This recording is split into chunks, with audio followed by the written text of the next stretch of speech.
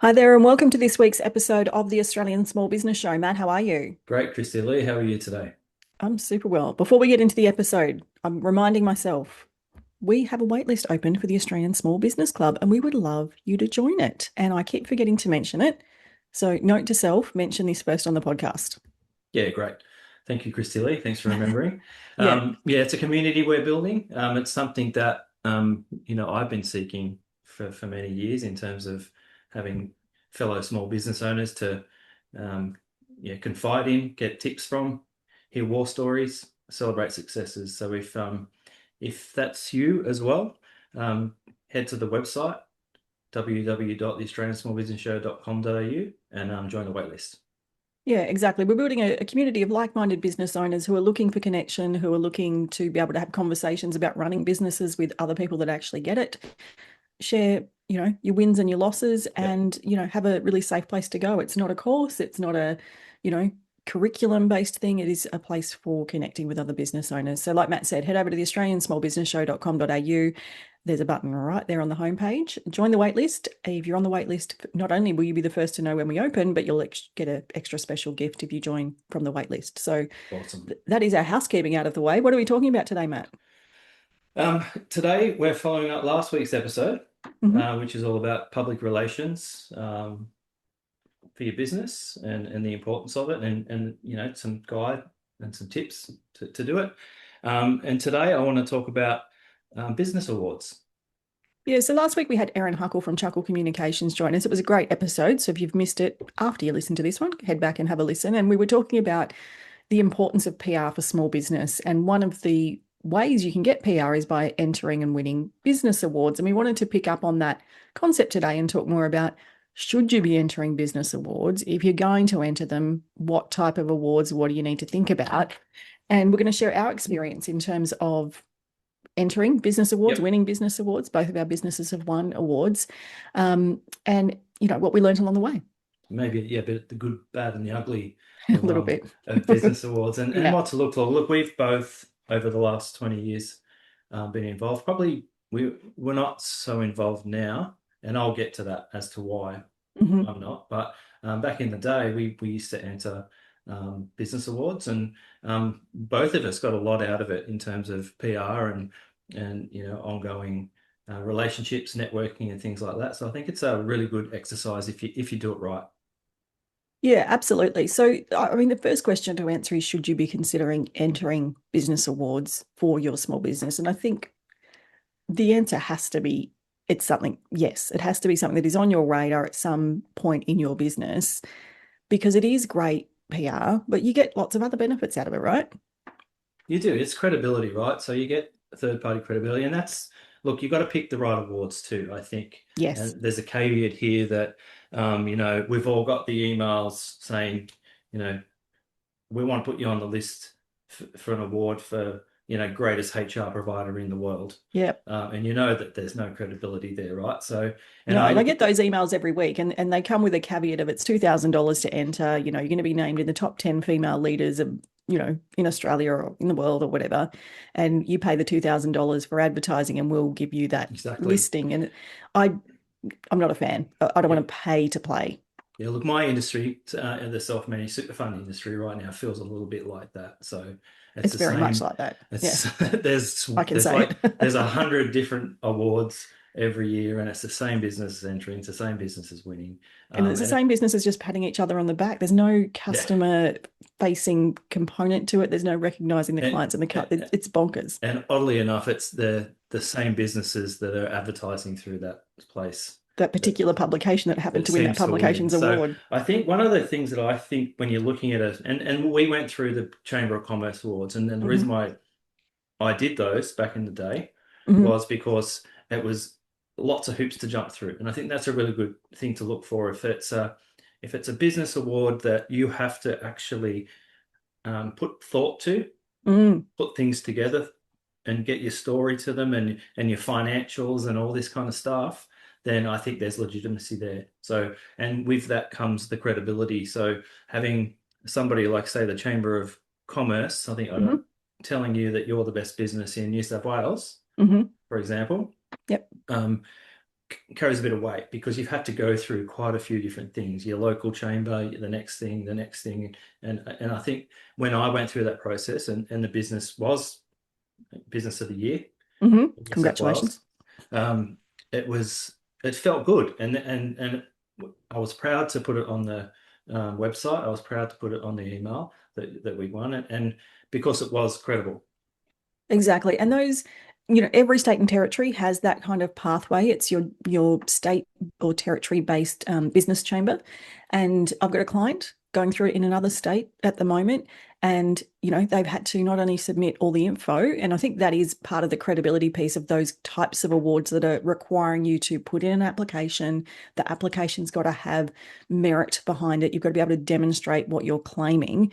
But now they're also doing phone calls and Zoom interviews with applicants pretty early actually in the process.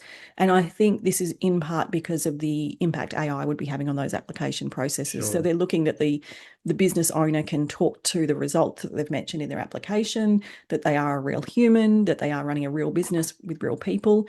And I think those kind of awards do have a lot of credibility. And I went through that pathway and You was were. New Like, South Wales Young Entrepreneur of the Year. I didn't feel young when I won it. I certainly don't feel young now. Um, but there is credibility, and you are proud to put that logo, on your, website, email, whatever. And other businesses know that those awards are credible because they know what goes into those yes. applications. And so I think those kinds of awards where there are some hoops to jump through, where there is an application process, where you do have to submit information to back up whatever award it is you're applying for, I think they are definitely legitimate and worth applying for. There is also those awards, and I see a lot of it on socials, where it's kind of a voting situation and people are asking everyone that they know to vote for them to win. Nominate as well. Yep. Yeah, and I don't think that they're bad awards. It's just a different game that you're playing. And if you're the local plumber in a regional town, that's probably a great award to be, applying for if you've got a couple of competitors, but you're really attached to the local community and you've got Yep. that following and you want to be recognized in that local community, that might be a great type of award for you to apply for. Yeah, oh look, I've had colleagues ask me to nominate them and things like that. So Mm. I would prefer that you enter your business and you back your business. I prefer an award that where you have to work for it and not have somebody else. You look, I'll nominate you if you nominate me, kind of thing. Yeah, I think there are some awards out there that you can't self-nominate for, someone else has to. So that Yeah, might be a little bit of a, barrier to cross there. But yeah, there are those, local business champion type awards where it's based on public vote. I don't love it because your social following might determine who yes. wins, and that doesn't necessarily determine the best business in the category. So I've got mixed emotions about that. But from a PR perspective, yeah, it's good to do. Yeah, well, you touched on one of the benefits before, which is that free content after you get the award as well, in terms of usually you get like a little logo, um, Actually, that's probably a really good thing to share because people might not be aware. So, when you enter these awards, and if you are lucky enough to win one of these awards, particularly the more high profile, credible awards, they will give you a stack of collateral to yeah, use, including logos, little icons saying that you were the winner in this category in this year, professional photos taken on at the event, a whole stack of stuff that is very helpful when you have yeah, to create content like social media posts for your business. and So, you can call yourself an award-winning business. exactly. And look, whether or not you like it, that does create credibility in a Yeah, customer's mind. Like whether or not you put any, I guess value to that personally, subconsciously, if your customer jumps on your website and sees that you've won this, great award, they immediately, it just, you sort of skyrocket in their view, you in do. their Yep. perception. So, even if, and I don't have, I've got a bit of a love-hate relationship, I guess, with awards, but I know that having that there is very helpful from a perception perspective. Yes, and you get to go to some really nice dinners as well. That's true. It depends on the award night, but yeah, Yeah. even the ones that I don't love the awards, the dinners look fantastic. Well, look, I'll tell you my story. So, we're going back over 15 years now. When the business did win Business of the Year at Chamber, the New Hmm. South Wales Business Chamber. The dinner was at Town Hall Hmm. and got up, received the award. I think we won a couple of awards that night. And in the audience was the CEO of CPA Australia. So, Hmm. and this gets to my next point in regards to what the benefits of doing this is that networking. Mm. And that was just pure luck that he was there, sort us out afterwards, put a meeting together, and suddenly that business became CPA's favorite SMS business. So the Yeah. business skyrocketed from there, just purely from winning that award. Yeah. But that person at that time might have not known who you were from a bar of soap, probably I had didn't. no idea. Yeah, No. And just by you winning that award on that night and them happening to be in the room, immediately you're on their radar. And that could happen in a whole range of ways and industries where someone that, might be able to support your business, refer business to your business, promote you, celebrate you, help you in some way, mentor you even. yeah, And they just happen to be in the room. They've seen you win an award or even be nominated for an award potentially. And it can build great relationships and be excellent for your business network. yeah. And I think from that networking perspective, um, winning these awards gives you a little bit of that credibility as you walk into a room too. So it's Mm. a little bit of authority in respect to networking and finding new business and stuff that people will go, hey, I think they won that award, or I recognize that person purely off these business awards.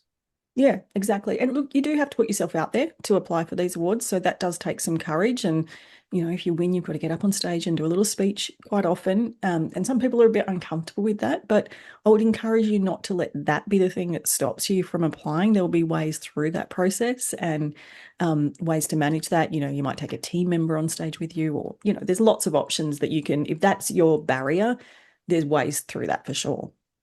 Yeah, and I've not won every business award I've entered in the last Oh, God, no. 25 years. So, Absolutely but there's not. also so much to get from that as well. So the process of going through these awards helps you really get clarity in respect to what your business is as well. So if you're writing these applications, you really have to think about what your business does, who it serves, what it does really well. So it's a good opportunity to enter them purely just to get that experience and have that time to sit there and describe your business to someone in a way where you're trying to get them to say you're the best one in that category. Mm.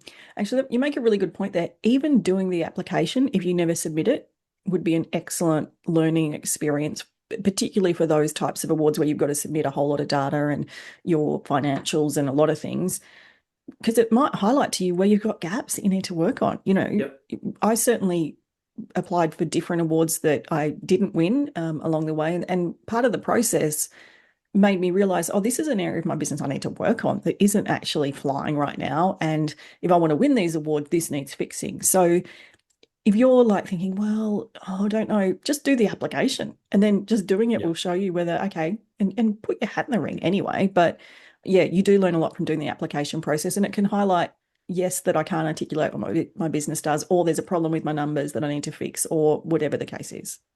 Yeah, exactly. So what are some tips for some small business owners that might be thinking about this? Look, I think identify awards that you feel aligned with. There's a whole lot of, I don't want to use the word mumpreneur, it's kind of a bit of an overdone term, but there's a lot of those kinds of awards that are mums in business awards. I don't enter them because I had my business before I had my kids. I don't see myself as that kind of entrepreneur. So I don't feel particularly aligned to some of those awards. So I wouldn't enter those awards.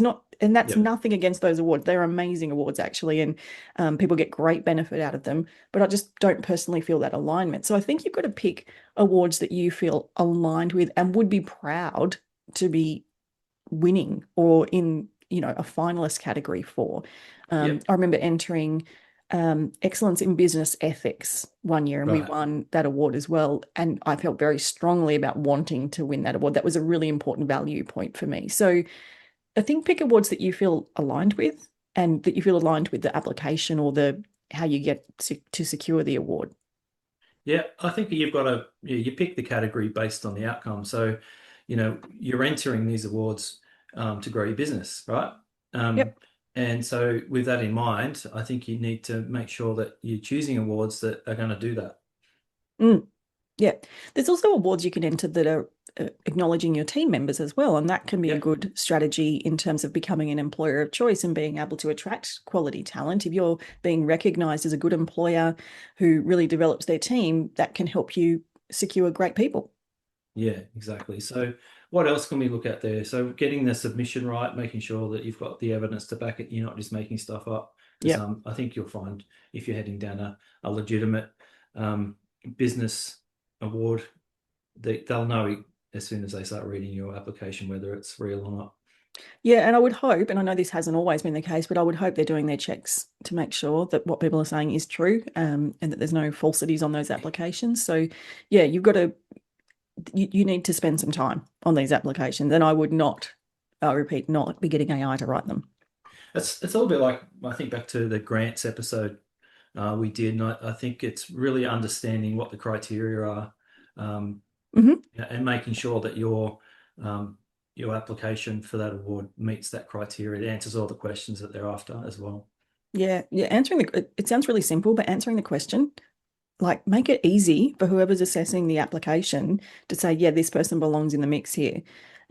Because if you're not being direct and you're answering the questions, or you're not answering the questions properly, it's just too easy to put you to the bottom of the pile, no matter how good your business is. Yeah, exactly. And just answering I think that's good marketing anyway.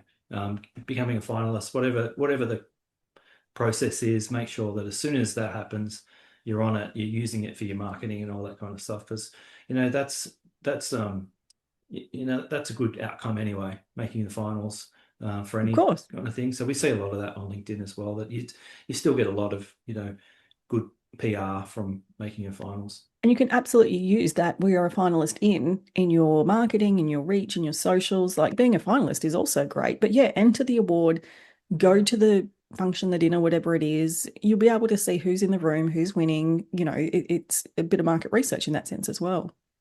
A lot of it's probably online now too, isn't it? Maybe there's not nice dinners anymore. No, I'm pretty sure they're still nice dinners. My Maybe we client should that's my maybe we client should that's start finalist in entering. a couple of categories is going to a nice dinner next week. So, so I'm pretty sure there's Well, nice dinners. my current accounting business is relatively young at the moment. I think we're 4 or 5 years old, but it's starting to come up on the agenda as we're now starting to grow quite large. Whether we go down that road again, I have but thoughts about which awards you might want to enter, and it's probably not the I, ones either on your list. I'm not sure that what credibility it carries anymore. Yeah, there's certainly some awards that I don't think carry any credibility. So if you look at an award and you think, I don't believe that that is credible, or I don't believe that the best business wins those awards, just don't enter those ones. There's other award categories out there Well, for you. I think it's getting to the point now in the SMSF industry where my accounting business is that we actually stand out as not having an award. Maybe that's a thing. Maybe that's a Is category it of one you've just created for exactly? yourself. So that everyone else has, has all these awards, and we probably gain attention by not bothering. There you go. Interesting. All right. This has been a great conversation. If you are applying for awards, if you've won an award, reach out on our socials and let us know. We would love to hear from you. And don't forget to get yourself on the wait list for the Australian Small Business Club. Opening is just around the corner. So we want you on the wait list. Head over to the australiansmallbusinessshow.com.au and join the wait list today. Absolutely, I can't wait to chat to you all there in the club. Awesome. Thanks, Matt. Thanks, Christy.